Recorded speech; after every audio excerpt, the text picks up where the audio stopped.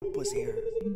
But it was my own reassurance bouncing round 100,000 times in my own ecosphere. If every time you speak you keep it off the record, consequently you can keep your record clear. And if you mute the speech that shakes your frail beliefs, you only seek to insulate your image and continue down the stream in the direction clout and credit steers. Directly from your mouth into am I the asshole Reddit's ears. Directly back into the greasy pockets of some Gates Foundation financiers. And then directly back into the frantic final thoughts of early trial Neuralink volunteers, staring at the numb and mumbling vacancies where recently had been their peers. Half of whom are glitching with the memory stuck on pause, and half have zero fucking clue just who they are or why they're here. It's been said that fear is all we have to fear, but that was back before the basosphere condenser came along, distilling concentrated fear that's diamond pure, crystal clear, oppressor strong, and woven into every single article you read and song they let you hear. And then Elon heard that Jeff enhanced our fears by 86%, and he said, hold my beer. And not a single sheep among the herd would turn their head or say a word, cause they were all too busy begging for the shears, begging for the muzzle, happy just to guzzle, feed, and watch a screen for all their years. Man, to each his own, can't afford a home, but they'll let you have your cozy little ecosphere, where there among your own devices you can break the seventh seal, overthrow the oracles and slay the seer. All the tomes were burned and all the lips were seared. Shut your eyes and all our lives just disappear. Now blink them twice. Welcome to your ecosphere.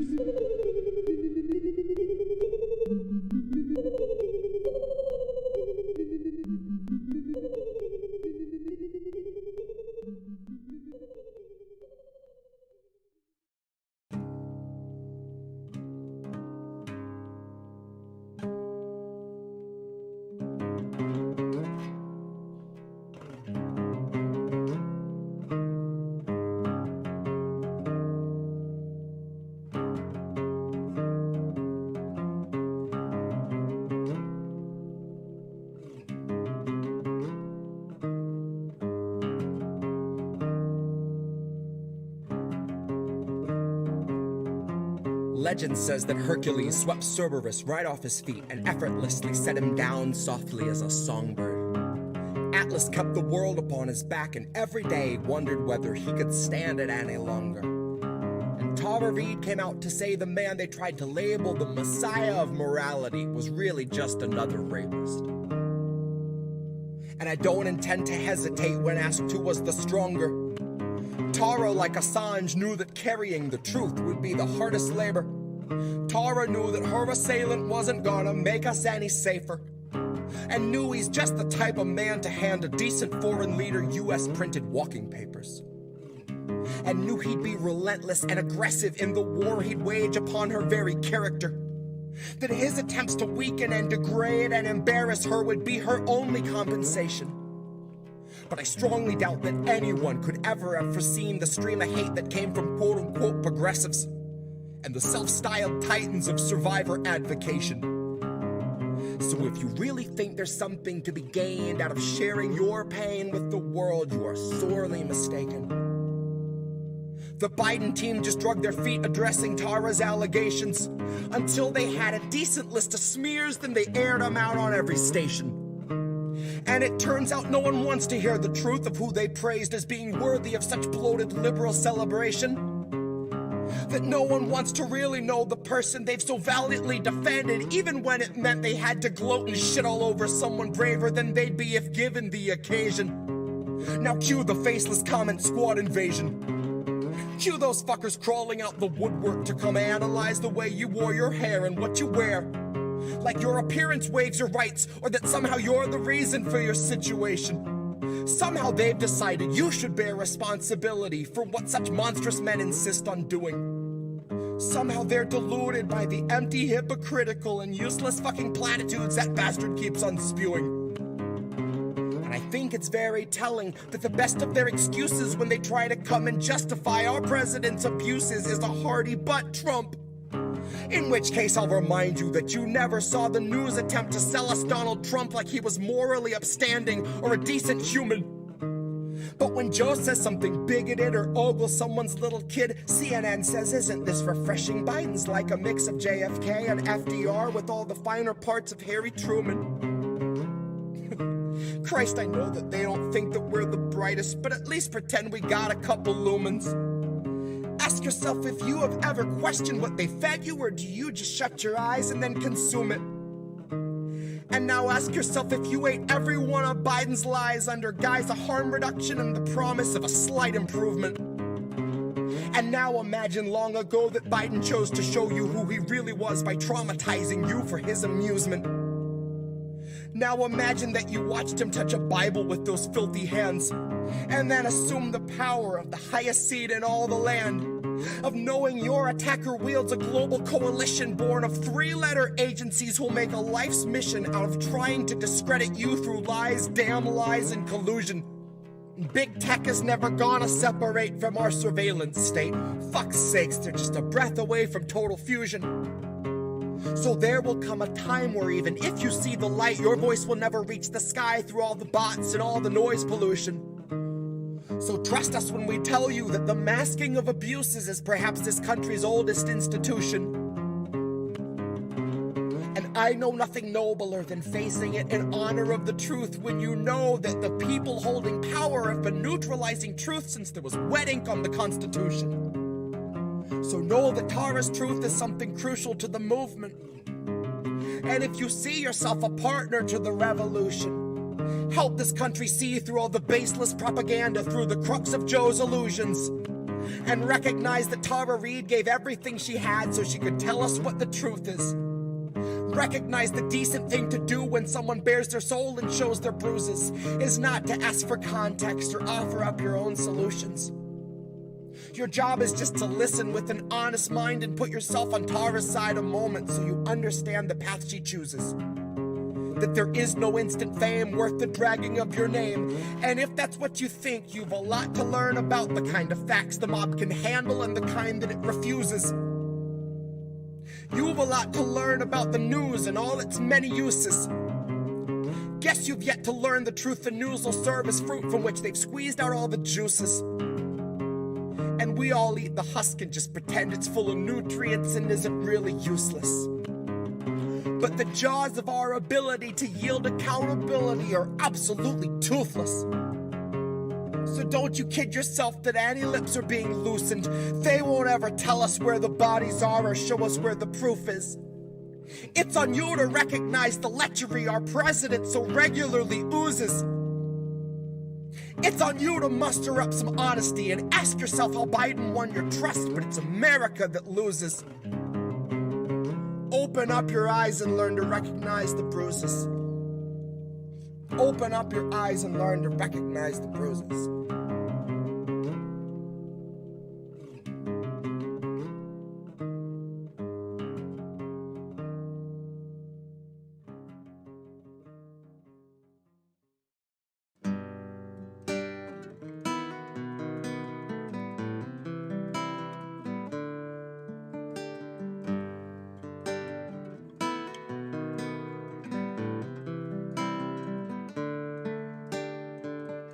They'll gladly pay you by the hour for a minute or so, so you can sign off on the towers where they'll piss on your home.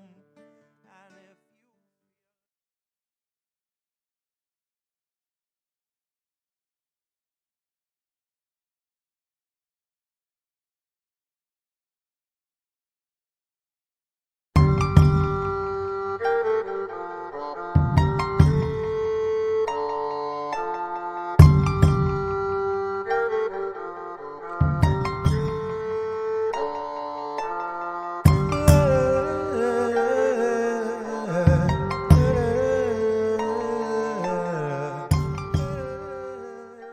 Good evening, everyone. This is Tara Reade. I'm your host. This is the Politics of Survival. And I have someone I greatly admire, and I feel very fortunate that he took time out of a very intense period of geopolitics that we're experiencing right now. I called it the politics of diplomacy for a reason. I brought in the UN ambassador of Russia, Dmitry Polyanskiy.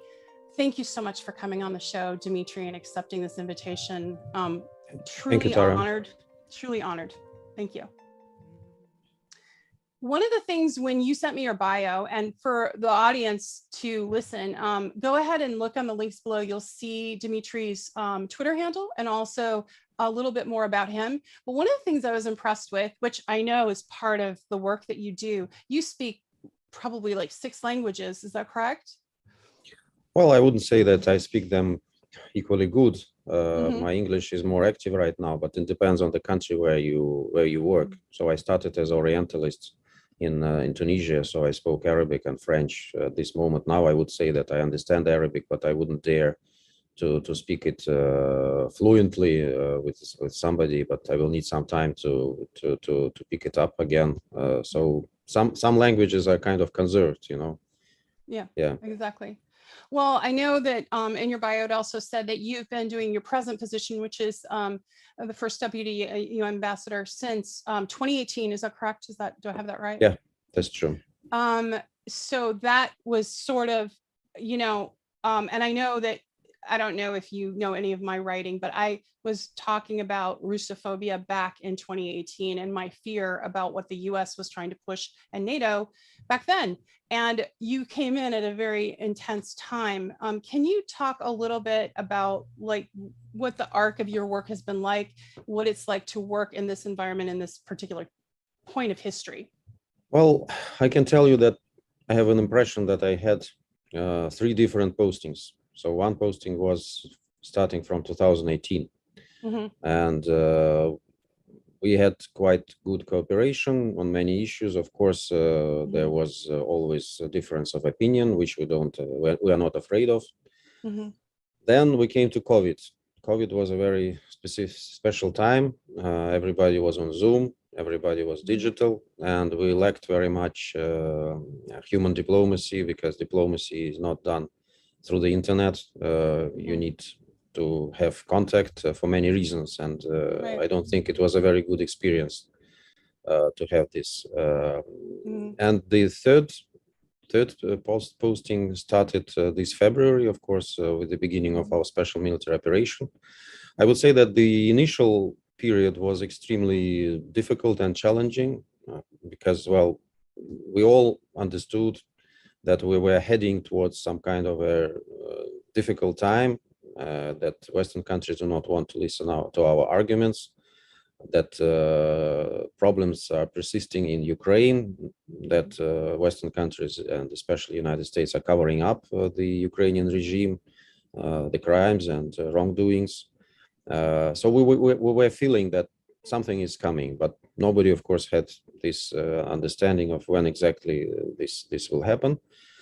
And when it happened, of course, the initial reaction of United States and Western countries was quite harsh in terms of Russophobia. What we saw was the desire to kind of cancel everything Russian. And this is very disappointing because we always felt that Russia was misunderstood. We always felt that Russian politics, Russian positions were misrepresented for especially American and the European public. But we never imagined that there were so many kind of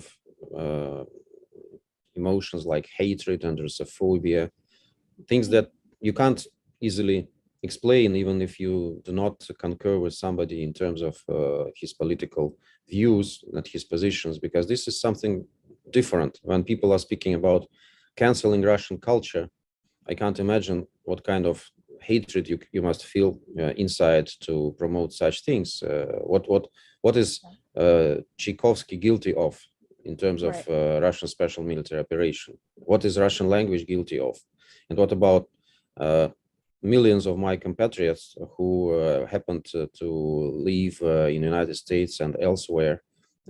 The things that they were facing, this kind of discrimination, closing of banking accounts, I don't know, forceful forceful requirements to condemn politics of Putin in order to be eligible to do something or not to do something. What about sport?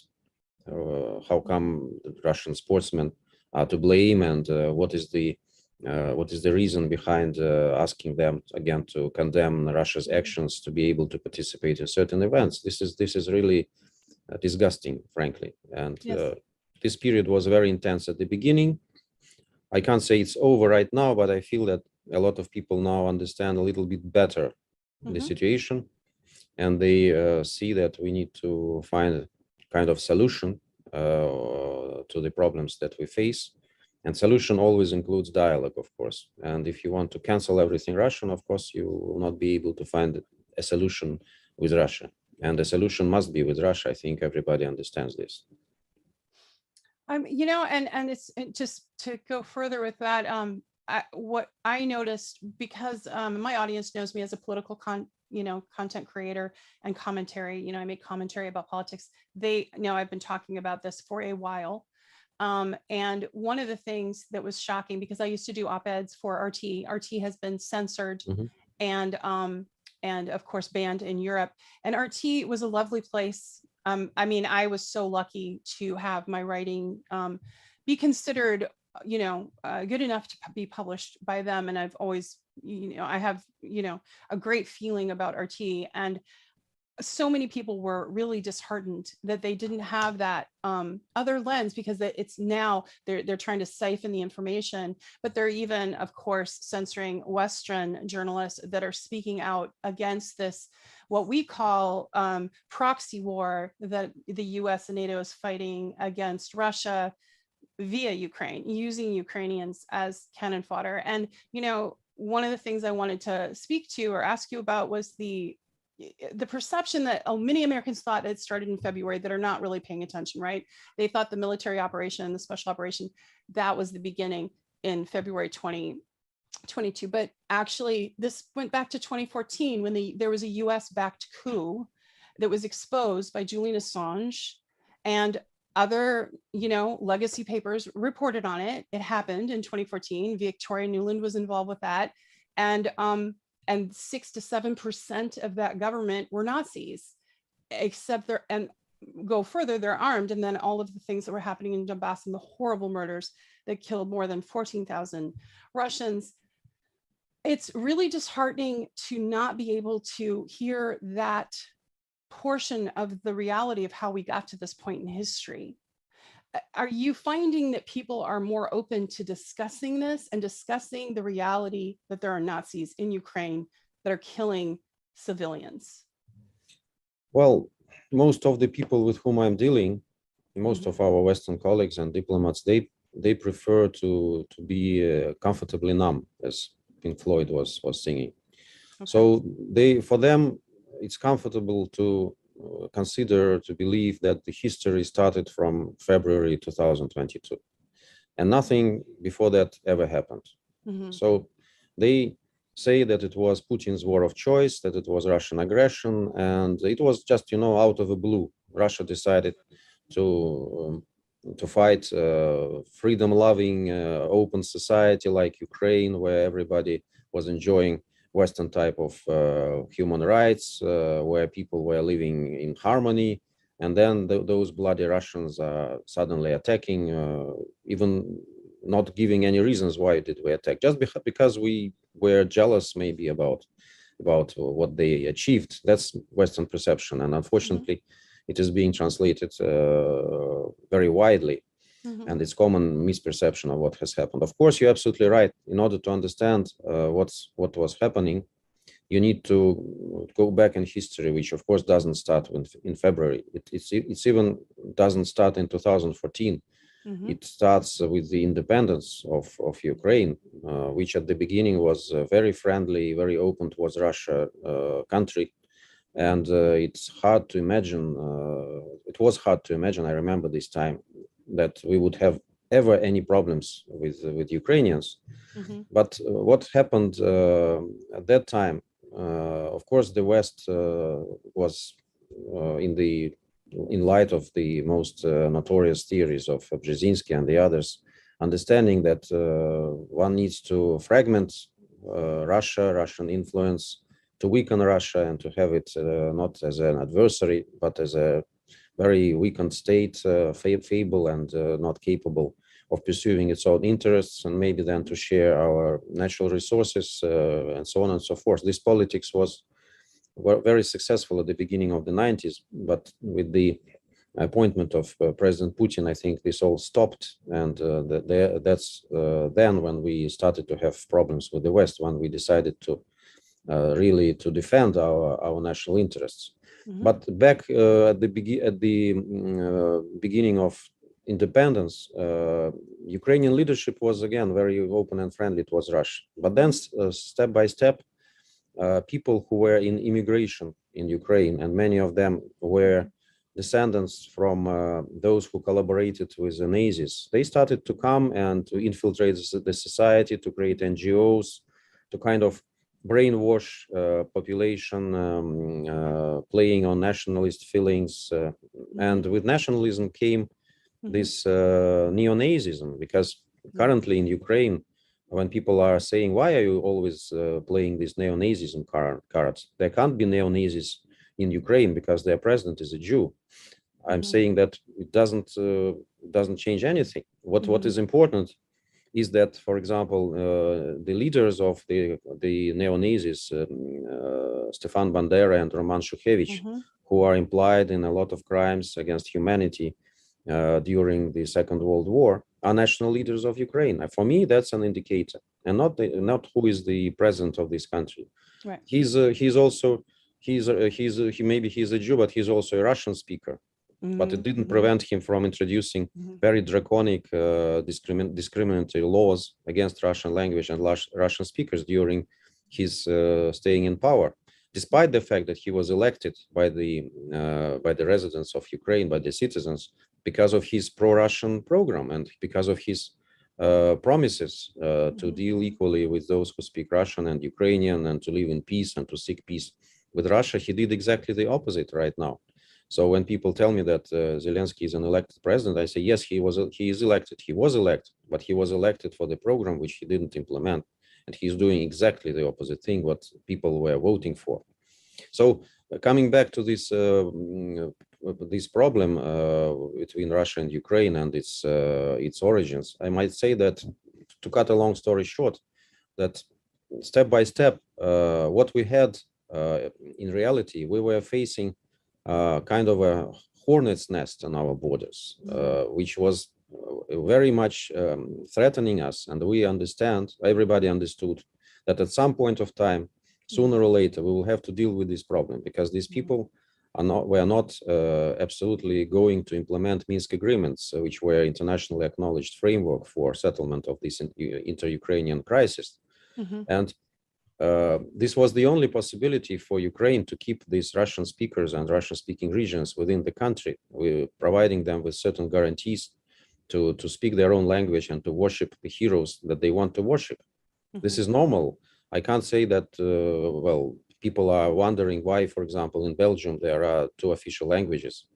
And can one imagine that, for example, one part of Belgium would dominate the other and forbid it from speaking its own language? What would be the reaction in France if the Wallonian population is not able to speak French? Right. What would be reaction in Germany if in Switzerland German is banned and French is dominating?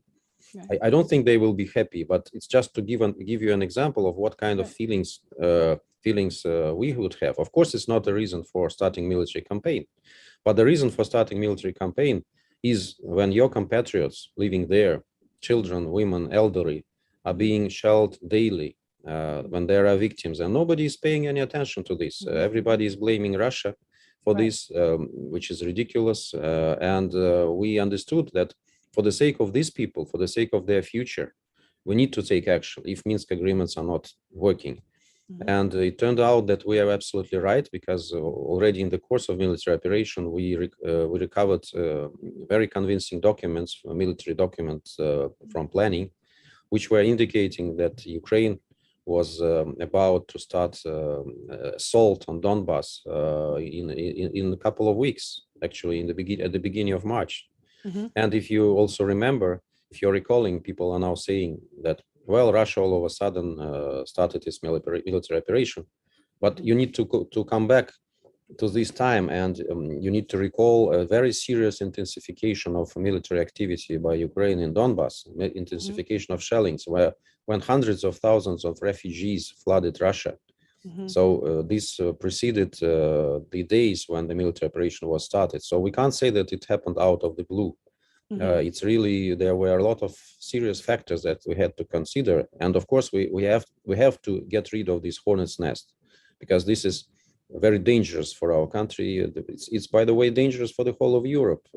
Europe doesn't understand it at this stage because it's blinded by Russophobia and political calculations. But in reality, it's even more dangerous for Europe than it is for Russia, because this is really a very, very dangerous regime, promoting very dangerous values. And Europeans are just very, very blind. Even the Poles are very blind right now, which really astounds me, because I worked in Poland for 3 years.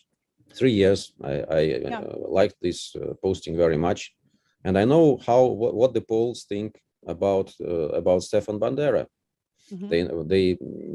His forces massacred 300,000 Poles during the Second World War.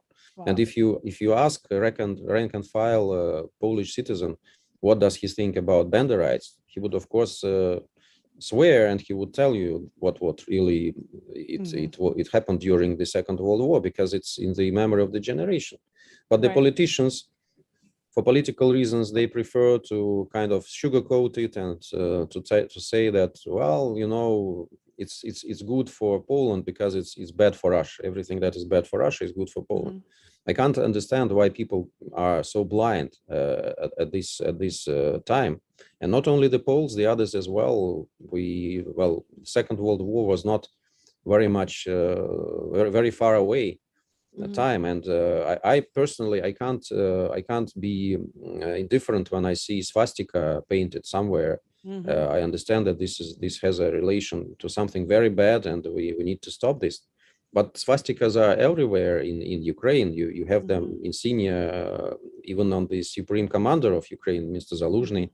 As it turned out, he's wearing swastika, and nobody is saying, well, this is bad. I can't imagine how this happened.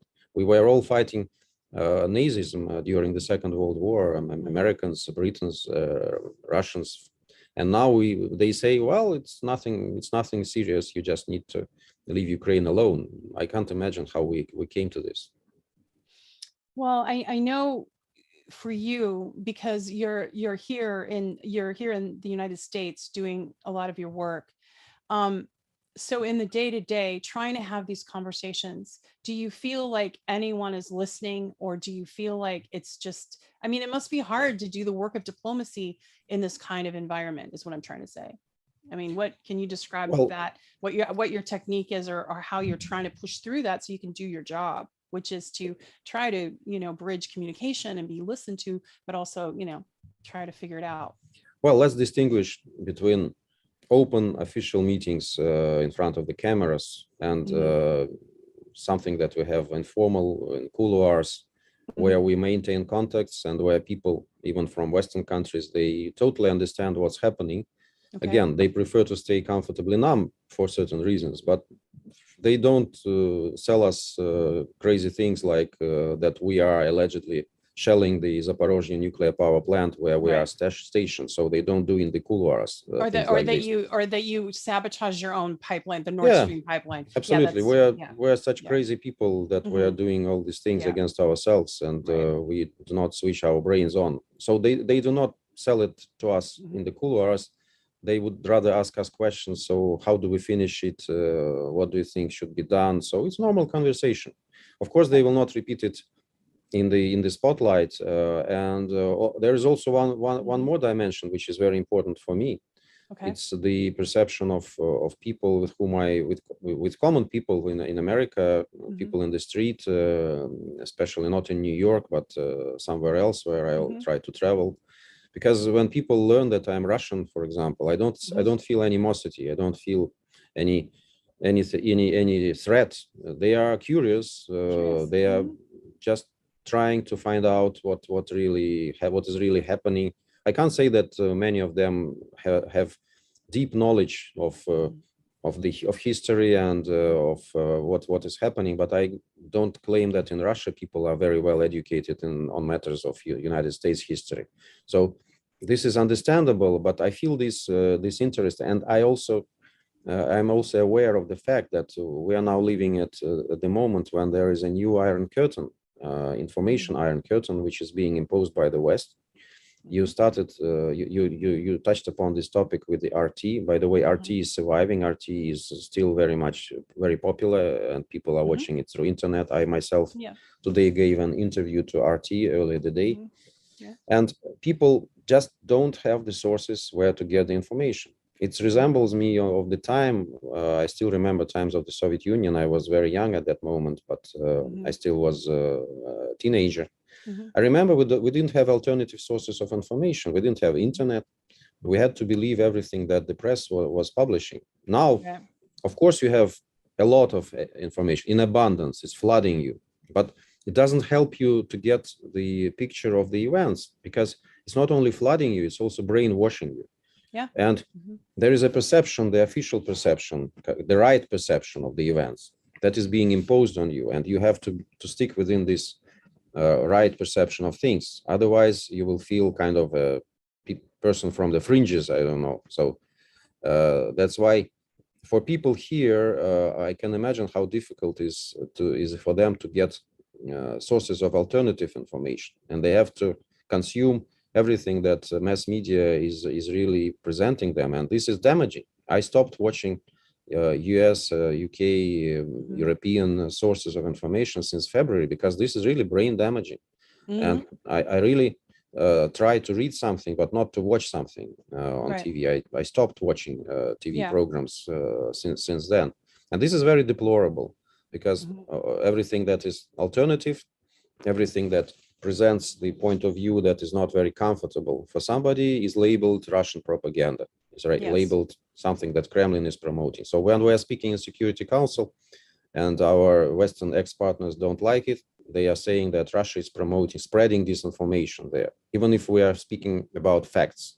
This is already kind of a pattern of reaction to what we are saying. And this is a very, very, I would say, poisonous pattern. This is very bad for the society, because if you limit yourself to kind of right information, then at some point of time, you will just find yourself in a position when you will have no information at all.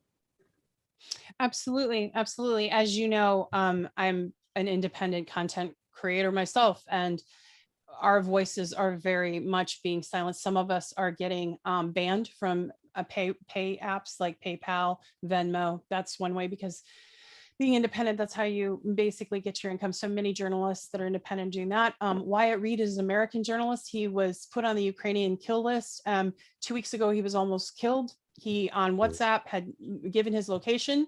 An hour later, the hotel was bombed. He was targeted. He missed it by 30 seconds. Yeah.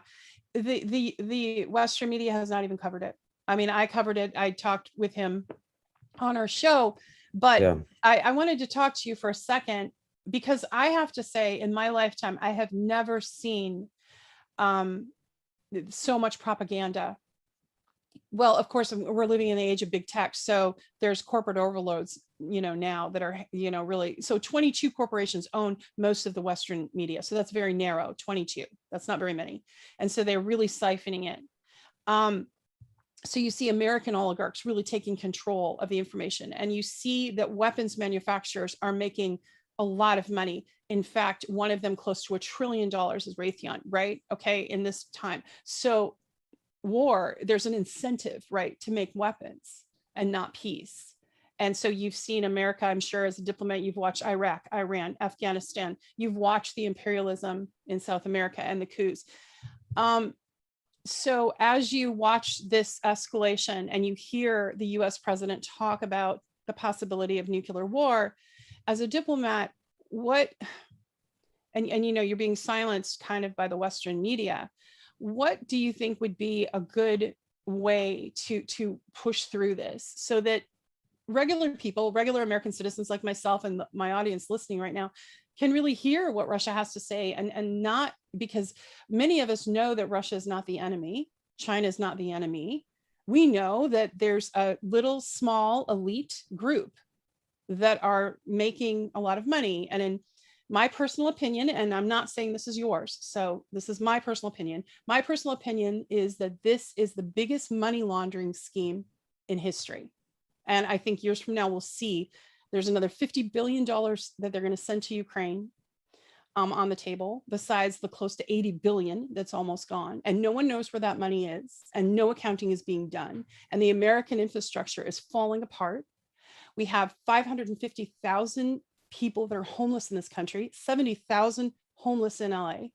Inflation is the highest it's been in 40 years. Our economy is tanking under the Biden administration.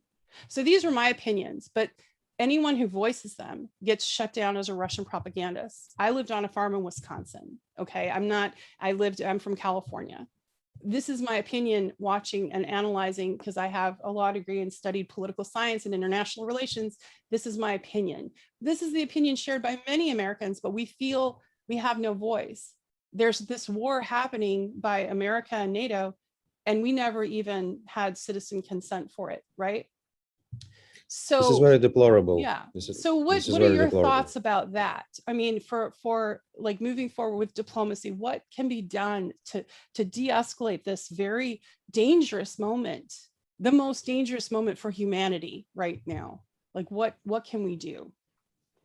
Well, my personal opinion is that it's really a personal choice, because at our age, with internet, with all these sources of information, it depends on you where you take them. And it's not again at Soviet age, when there were absolutely no alternative sources of information apart from shortwave radios of very, very lousy quality and with technical problems. But it's up to you. You can just consume whatever is being downloaded to you from mass media, or you can search for yourself. You still have social media. We consider that our work at the Security Council is especially very important, because this is one of the few rostrums which is still not censored, and they have to relay everything that we say, and it remains in the protocols in the procès-verbals of the meetings, so it's accessible for wider public. It depends on whether you need it or not, whether you have the benefit of the doubt or not, whether you consume everything or not. So I don't think that there should be certain decision somewhere that this situation will change all of a sudden. It will not change all of a sudden. It depends on the consumers. It depends on those who are needing this information. If there is a demand for more sources of information, if people would say that I want to watch RT because I really need alternative source of information, I don't think that there will be big resistance if many people demand some kind of changes here. And well, this information is abundant. Sometimes it's very difficult to distinguish between real propaganda, between manipulations, and this kind of information. But you just need to have many sources of information. I think they are still available nowadays, and you really can do it easily.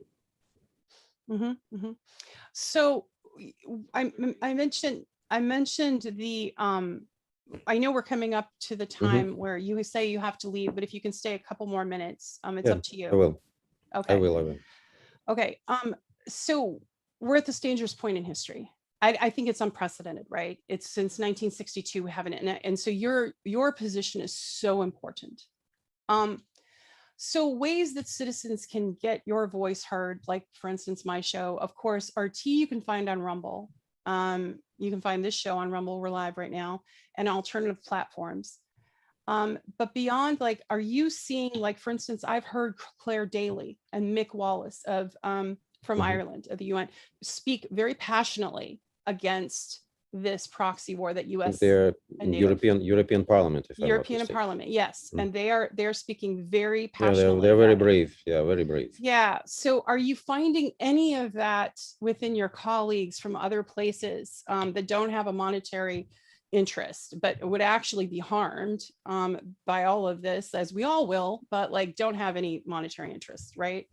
In the weapons manufacturing. So is there any hope like that we can move past this point of we're at a point of almost no return? Like what are your thoughts? Where are we going? It's very challenging time. It's very challenging time. I wouldn't conceal. And the fact is that a lot of people just don't realize how dangerous it is. Because it all seems like in a movies somewhere that doesn't concern you. But the fact is that you're absolutely right.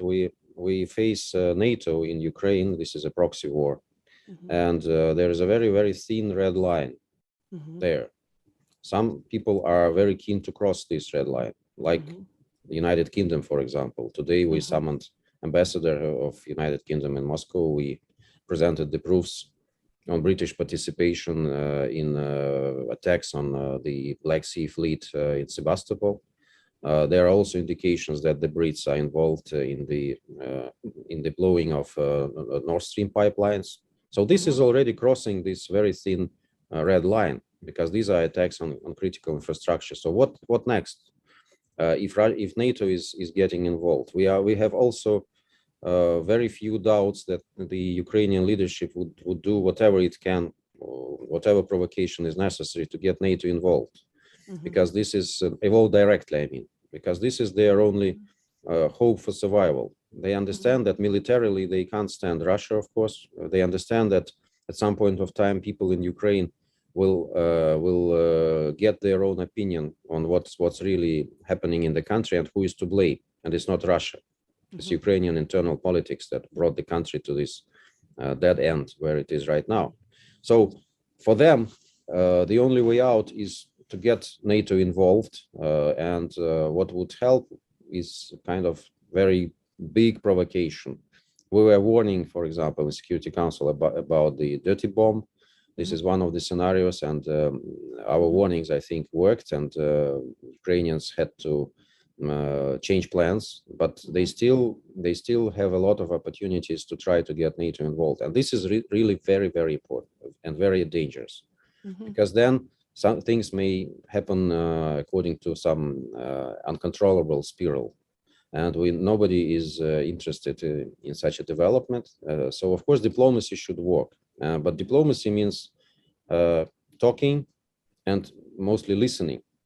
So we hope that still the leaders of Western countries will take their responsibility and will engage with us, with the others, to work on the way forward, because we were saying that we need serious discussion on European security, on how the world will survive this time, and these demands were rejected. They were looking at it in a very condescending way, saying that it's not serious, it's Russian propaganda, there is no need for this. And even now, unfortunately, I heard, for example, if I'm not mistaken, the German foreign minister saying that we need to establish a European security system against Russia. So it means that Russia is not involved, and this is a terrible mistake. Because if we want to have to get out of this, everybody, then we need to think about something collective, something which embraces the interests of everybody. But if we are thinking in this East against West schemes, then I think we don't have anything good in front of us. There will be more problems. Hopefully, they will not lead to the war. But this is the kind of mentality that is not helpful. And I hope that the mentality, the open-minded people will prevail, that they will understand that this is not all of a sudden that we found ourselves where we are, and that there should be very, it should be thinking out of the box. So people should really think about some schemes, some formats that would accommodate interests of everybody, including Russia, and maybe first and foremost Russia, because our interests were neglected by a lot of Western countries for many, many years, which led to this crisis, which is not Russia-Ukraine crisis. It's a bigger crisis. It's a crisis of trust It's a crisis of visions. It's multifaceted thing, and it's not. We don't have time to discuss it in detail. But this is really important. This is really big. Well, two more things, and I know you have very important places to go and be and people to talk to, but two more things I just wanted you to touch on if you could. There's something that came to mind when you just said that, and that is that I feel like we're in this point of history of we are going to a multipolar world, which it is simply a reality where Eastern economies have been booming and there's innovation and there's creation of things that are going on with their own resources. So there's a multipolar world and a unipolar world. And it's like the US and Britain, which is like almost like US is being an extension of Britain with the imperialism. They want to hold on to this unipolar. They want to hold on to power at all costs, even if it costs humanity, right? So because of my work in the past, I know that there are people around Biden that believe a limited nuclear war is possible. My personal belief and opinion, and I think it's shared by a lot of people, is that that is not possible. There is no possibility of anyone winning a limited nuclear war. But you have people, hawks in the US administration and NATO, that very much believe they can do a limited one. So you have that problem, the problem of holding on to the unipolar. So what are your thoughts on that, the unipolar versus the multipolar world coming, and also the limited nuclear war? And also, could you spend the rest of your time just talking about anything you'd like the Western audience that's listening to me now? I know I have some listeners from all over the world, but in particular, the ones that are so propagandized, anything you'd like them to know that is just not getting through. Could you speak to that? Yes, thank you, Tara. I think that there shouldn't be any doubts in the fact that nobody in Russia wants a nuclear war, neither a limited nuclear war or non-limited nuclear war. We understand where it can lead. We have no illusions that this would be devastating for everybody. Mm-hmm. So if somebody starts this, it will not be Russia. But of course, if somebody starts it again against Russia, according to our nuclear doctrine, we will have to retaliate. Mm-hmm. And that's the only possible scenario. There were repeatedly speculations about Russia contemplating on using tactical nuclear weapons, which were denied at all levels, including our president. And we were citing our nuclear doctrine, which implies only a retaliatory strike or in situations when there is an existential threat for our country. The two only scenarios for using nuclear weapons, and we will stick to this.